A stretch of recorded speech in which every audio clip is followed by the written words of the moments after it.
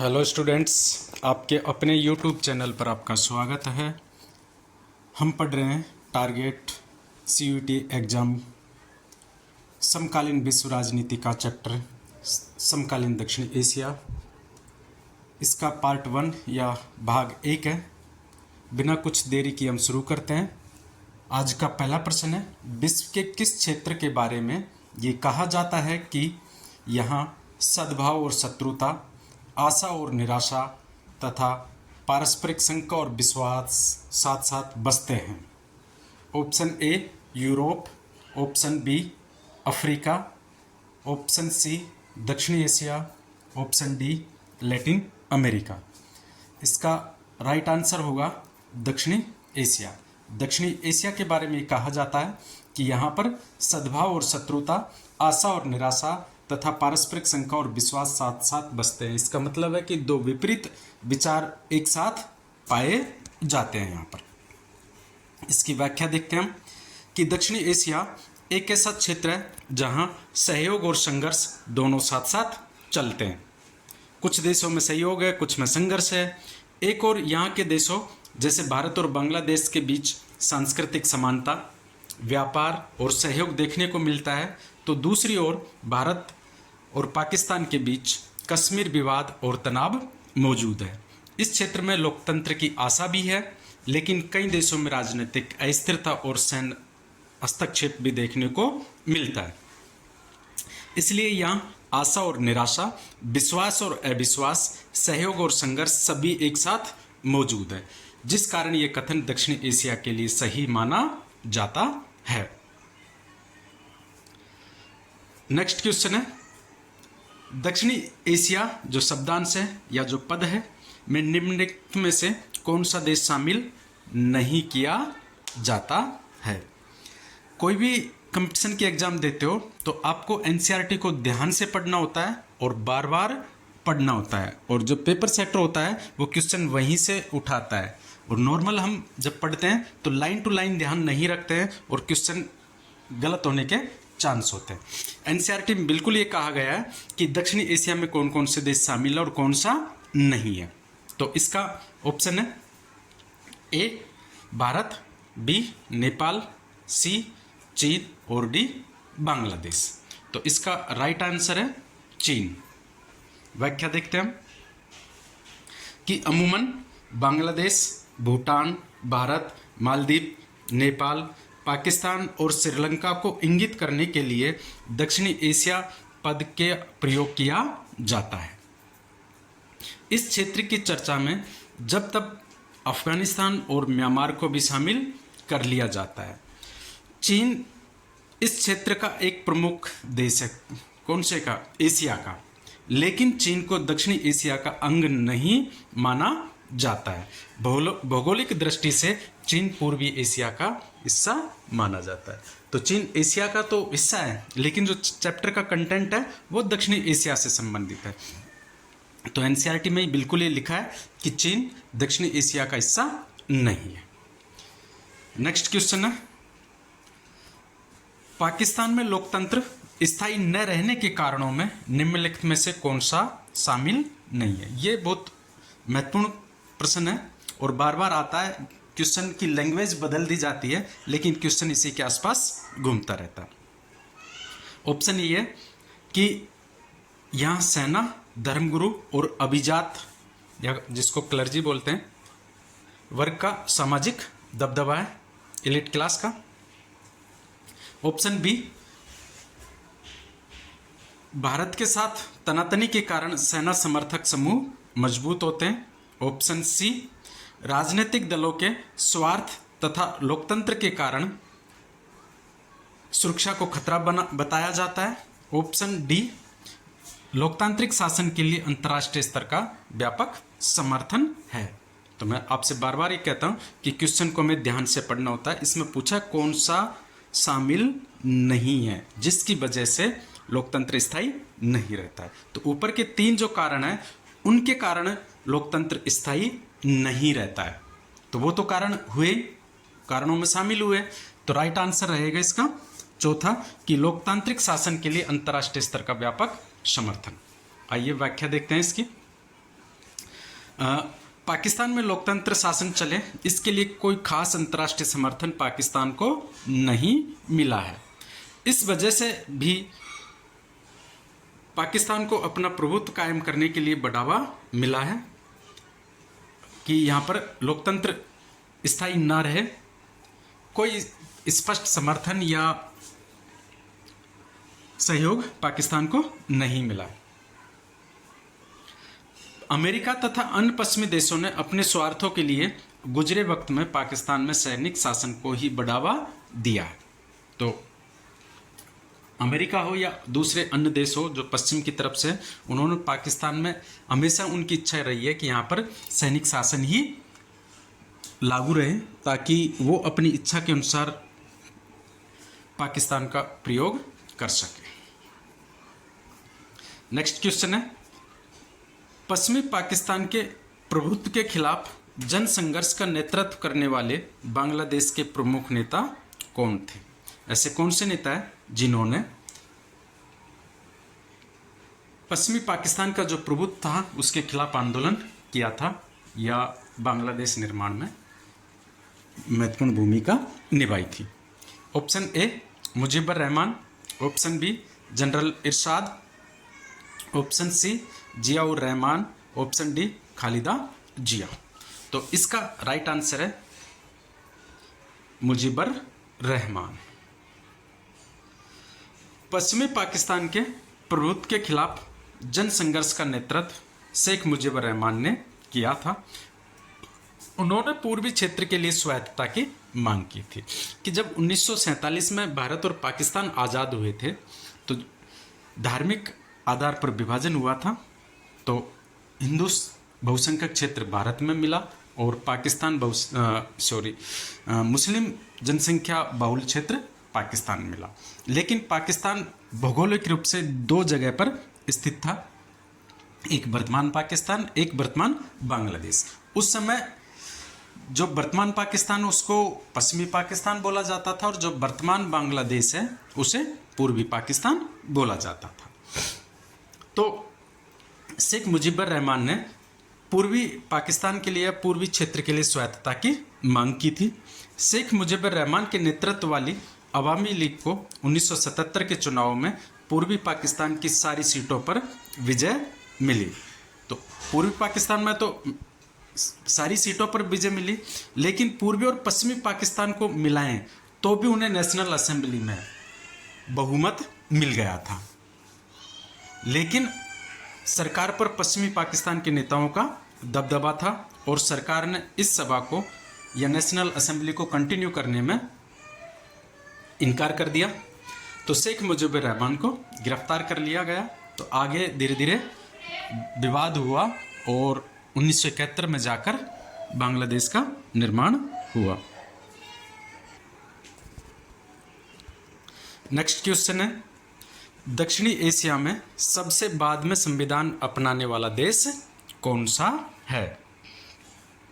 Option A Bharat, option B Pakistan, option C Bangladesh, option D Nepal.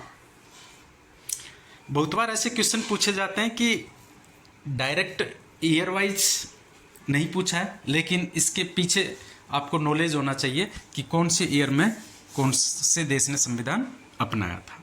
तो दक्षिणी Asia में सबसे बाद में संविधान अपनाने वाला देश है नेपाल, क्योंकि भारत और पाकिस्तान ने तो तभी अपना लिया था। बांग्लादेश भी 71 में आज़ाद हो गया था, तो इसने भी अपना लिया होगा। आंसर है डी नेपाल। तो नेपाल ने वर्ष 2015 में पहला पूर्ण स्थायी और आधुनिक लोकतांत्रिक संविधान अपनाया। कब? 2015 में। लेकिन ऐसा नहीं है कि 2015 से पहले यहाँ संविधान नहीं था, संविधान था, परंतु वो या तो अस्थायी था या कैसा था, राजशाही के प्रभाव वाला संविधान था जिसमें राजा को ज़्यादा शक्तियाँ दी गई थी। लोकतांत्रिक संविधान नहीं था, जनता के प्रतिनिधियों के द्वारा बनाया गया संविधान नहीं था। तो 2015 में लोकतांत्रिक संविधान अपनाया गया और नेपाल से राजशाही को पूर्णतः समाप्त कर दिया गया। नेक्स्ट क्वेश्चन है कि नेपाल में त्रिकोणीय संघर्ष राजशाही राजनीतिक दल और माओवादी कब हुआ? तो नेपाल में त्रिकोणीय संघर्ष हुआ था जिसमें 3 पक्ष थे, एक राजशाही या राजा की सेना, दूसरा राजनीतिक दल और तीसरा माओवादी। ये कब हुआ? ऑप्शन ए 1990-91 में, option B 2001-2002, option C 2005-2006, option D 2010-2011। तो इसका राइट आंसर होगा 2005-06। तो मुख्य त्रिकोणीय संघर्ष फरवरी 2005 से नवंबर 2006 तक चला। 1 फरवरी 2005 को राजा ज्ञानेंद्र ने इमरजेंसी लगाकर सारी शक्ति अपने हाथ में ले ली। तो नेपाल में होता क्या है कि वहाँ के राजा ज्ञानेंद्र ने इमरजेंसी आपातकाल लगा दिया, और आपातकाल लगाते ही पूरी शक्ति किनके पास आ गई? राजा के पास आ गई। तो इसके खिलाफ 7 राजनीतिक दलों और माओवादियों ने मिलकर अप्रैल 2006 में जन आंदोलन किया। नवंबर 2006 में विस्तृत शांति समझौता के साथ गृहयुद्ध और त्रिकोणीय टकराव का अंत हो गया। तो इसमें जो महत्वपूर्ण है कि 3 पक्ष कौन कौन से थे। बहुत बार सीधा क्वेश्चन आ जाता है कि 3 पक्षों में शामिल कौन नहीं थे। 3 तो थे ही, तो चौथा कौन नहीं था? पहला पक्ष था राजा ज्ञानेंद्र, प्रत्यक्ष रूप से शासन कर रहे थे और इनके लिए लड़ाई इनकी सेना लड़ रही थी। 7 राजनीतिक दल जिन्हें 7 पार्टी अलायंस भी बोला जाता है, बहुदलीय लोकतंत्र की बहाली चाहते थे, और माओवादी तो 1996 से ही सशस्त्र विद्रोह चला रहे थे। तो इसके बाद 2008 में वहाँ राजशाही खत्म हो गई और नेपाल ने संघीय लोकतांत्रिक गणराज्य बन गया। नेक्स्ट क्वेश्चन है, 2 सूची दी गई है। एक फर्स्ट सूची में 4 देश हैं, सेकंड सूची में 4 प्रकार की शासन प्रणाली है। 4 देश हैं, श्रीलंका, भारत, पाकिस्तान और बांग्लादेश। शासन प्रणाली है संघीय संसदीय शासन प्रणाली, एक है एकात्मक अर्धराष्ट्रपतीय प्रणाली, एक है इस्लामिक गणराज्य या संसदीय प्रणाली, और चौथी है एकात्मक संसदीय लोकतंत्र। तो हमें इनको मैच करना है कि किस देश में किस प्रकार की शासन प्रणाली है। तो सबसे कॉमन चीज़ आपको एक मिलेगी, और ये आपको याद भी होनी चाहिए कि भारत में किस प्रकार की शासन प्रणाली है। तो भारत में है संसदीय शासन प्रणाली। ये होती क्या है संसदीय शासन प्रणाली? पहले मैं आपको इन चारों का ब्रीफ में अर्थ बता देता हूँ कि क्या होता है, फिर हम मैच करेंगे। संघीय संसदीय शासन प्रणाली में 2 शब्द है, एक है संघीय और एक है संसदीय। संघीय का मतलब होता है कि जहाँ पर केंद्र और राज्य सरकार होती है उसको हम संघीय शासन प्रणाली कहते हैं, कि केंद्र सरकार भी होती है और राज्य सरकार भी होती है। तो किसी भी देश को शासन प्रणाली अपनाने से के लिए 2 फॉर्मेट में से एक को चूज करना पड़ता है। तो एक होता है संघीय और एकात्मक। तो एकात्मक में केवल केंद्र सरकार होती है और संघीय में केंद्र सरकार और राज्य सरकार होती है। तो किसी भी देश को दोनों में से एक को अपनाना पड़ेगा, या तो वो संघीय को अपनाएगा या एकात्मक को अपनाएगा। दूसरा जो फॉर्मेट होता है वो होता है संसदीय या अध्यक्षात्मक। संसदीय में क्या होता है कि संसद का चुनाव होता है और प्रधानमंत्री संसद में से बनता है या प्रधानमंत्री संसद के प्रति उत्तरदायी होता है। इसको हम कहते हैं संसदीय शासन प्रणाली। दूसरा इसका जो अपोजिट होता है वो होता है अध्यक्षात्मक। अध्यक्षात्मक में राष्ट्रपति सर्वेसर्वा होता है और राष्ट्रपति का जनता के द्वारा प्रत्यक्ष निर्वाचन होता है। तो हमारे यहाँ पर एक तरफ से संघीय ली गई है और दूसरी तरफ से संसदीय ली गई है। तो भारत संसदीय प्रणाली का उदाहरण है, ब्रिटेन में संसदीय प्रणाली है। अध्यक्षात्मक प्रणाली का जो टॉप एग्जाम्पल होता है वो अमेरिका माना जाता है। तो अब हम मैच करते हैं कि संघीय संसदीय लोकतंत्र भारत में 2 में, तो मैच 1 करेगा। एकात्मक अर्धराष्ट्रपति प्रणाली, यह है श्रीलंका में। पाकिस्तान में है इस्लामिक गणराज्य या संघीय संसदीय प्रणाली। ये भी भारत से मिलती जुलती है, लेकिन यहाँ पर परंपराएं और इतने संविधान संशोधन हो गए कि कभी राष्ट्रपति शक्तिशाली हो जाता है और कभी वहाँ प्रधानमंत्री शक्तिशाली हो जाता है, इसलिए इसको इस्लामिक गणराज्य संघीय संसदीय प्रणाली बोला जाता है। एकात्मक संसदीय लोकतंत्र है बांग्लादेश में। बांग्लादेश में संसद तो है लेकिन संघीय व्यवस्था नहीं है। जैसे भारत में संघीय व्यवस्था राज्य और केंद्र सरकार, ऐसे बांग्लादेश में केवल केंद्र सरकार है। तो इसमें से आप मैच करोगे तो राइट आंसर बैठ रहा है आपका ए।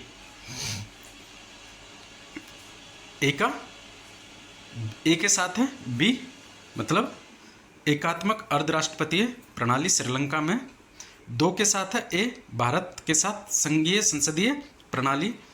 3 के साथ है सी, पाकिस्तान के साथ है इस्लामी गणराज्य या संघीय संसदीय प्रणाली।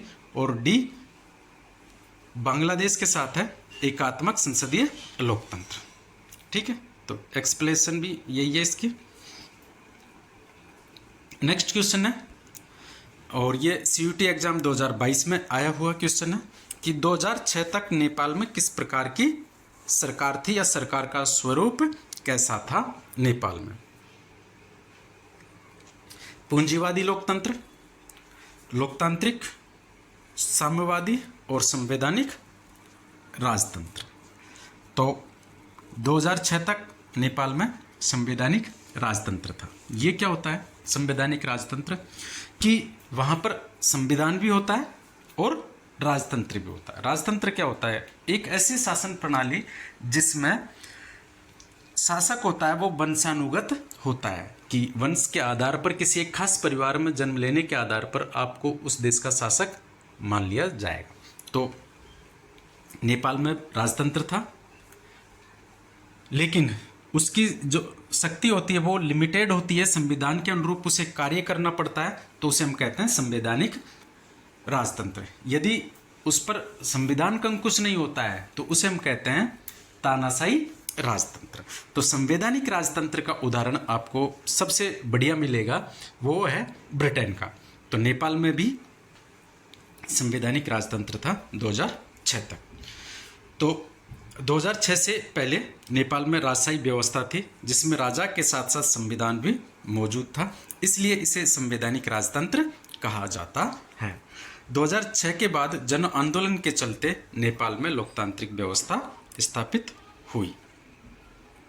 नेक्स्ट क्वेश्चन है, ये क्वेश्चन आपको CUT में मिल सकता है और उसके बाद यदि भविष्य में आप कंपटीशन एग्जाम की तैयारी करते हैं तो बार बार वहाँ पर भी आपको देखने को मिल जाता है कि आज़ादी से पहले श्रीलंका को किस नाम से जाना जाता था? तो बर्मा, सिलोन, मालदीव, नेपाल। इसमें तो ऑप्शन ऐसे दिए हैं कि आपको वैसे पता ही चल जाएगा आंसर का, और मैंने ऑप्शन इसी वजह से ऐसे दिए हैं ताकि आपको केवल एक ही नाम याद रहे, और वो याद है सिलोन। आज़ादी से पहले श्रीलंका को सिलोन नाम से जाना जाता था। तो श्रीलंका का प्राचीन और औपनिवेशिक काल में नाम क्या था? सिलोन था। ये नाम सबसे पहले पुर्तगालियों ने दिया श्रीलंका को, बाद में डच और फिर ब्रिटिश शासन के दौरान भी यही नाम प्रचलित रहा। ब्रिटिश शासन के समय सिलोन एक महत्वपूर्ण उपनिवेश था जहां चाय, रबर और नारियल का उत्पादन बड़े पैमाने पर होता था। 1948 में जब इसे ब्रिटेन से स्वतंत्रता मिली तब भी कुछ समय तक इसका आधिकारिक नाम डोमिनियन ऑफ सिलोन रहा। बाद में 1972 में नया संविधान लागू हुआ और देश का नाम बदलकर श्रीलंका कर दिया गया, और श्रीलंका का उनकी भाषा में अर्थ होता है पवित्र। नेक्स्ट क्वेश्चन है कि बांग्लादेश के संदर्भ में निम्नलिखित में से कौन सा कथन सही है? यहां पर सही देखना है। तो बांग्लादेश का निर्माण केवल भारत के कारण हुआ है। आंशिक रूप से तो ये कथन सही है कि भारत ने सहयोग किया है, लेकिन पूर्ण रूप से सही नहीं है। ये केवल भाषाई कारणों से हुआ है, ये भी पूर्ण रूप से सही नहीं है। ये राजनीतिक, आर्थिक और भाषाई कारणों का परिणाम था। ये धार्मिक विभाजन का परिणाम था, तो धार्मिक विभाजन का तो होगा ही नहीं, क्योंकि दोनों ही इससे मुस्लिम बहुल क्षेत्र है। कोई भी कारण होता है राजनीति में, कोई भी परिणाम होता है तो उसके लगभग बहुत से कारण होते हैं जिनका मिला जुला असर होके वो परिणाम घटित होता है। तो इसका राइट आंसर होगा ये राजनीतिक, आर्थिक और भाषाई कारणों का परिणाम था। तो व्याख्या देख लीजिए इसकी। तो राजनीतिक कारण में था पूर्वी पाकिस्तान, आज का बांग्लादेश को सत्ता में उचित प्रतिनिधित्व नहीं मिलता था, इनको हिस्सेदारी नहीं मिलती थी या सत्ता में साझेदारी नहीं मिलती थी। 1970 के चुनाव में बहुमत मिलने के बावजूद सत्ता हस्तांतरण नहीं हुआ, जैसा आपने देखा था शेख मुजीबुर रहमान की पार्टी को बहुमत मिलने के बावजूद भी उनको सत्ता नहीं दी गई। आर्थिक कारण में कि पूर्वी पाकिस्तान के देश की अर्थव्यवस्था में बड़ा योगदान देता था, लेकिन विकास और संसाधनों का लाभ मुख्यतः पश्चिमी पाकिस्तान को मिलता था। क्यों? क्योंकि सत्ता पर पश्चिमी पाकिस्तान के लोगों का हिस्सा था या कब्जा था। सांस्कृतिक कारण में उर्दू को राष्ट्रीय भाषा बनाने का प्रयास का विरोध किया गया, कि बांग्लादेश के लोग मानते थे कि उर्दू को राष्ट्रीय भाषा बनाया जाए, जबकि पूर्वी पाकिस्तान में बंगाली भाषा प्रमुख थी। इससे भाषा का आंदोलन 1952 में शुरू हुआ था। तो ये था आपका समकालीन दक्षिणी एशिया का भाग 1। यदि आप इस चैनल पर पहली बार आए हैं या पहली बार देख रहे हैं तो चैनल को सब्सक्राइब करें। इस कंटेंट को यदि आप पसंद करते हैं तो लाइक करें और अपने दोस्तों के साथ भी शेयर करें, ताकि उनको भी इस सीरीज का फ़ायदा मिल सके। धन्यवाद, मिलते हैं अगले वीडियो में। Thank you.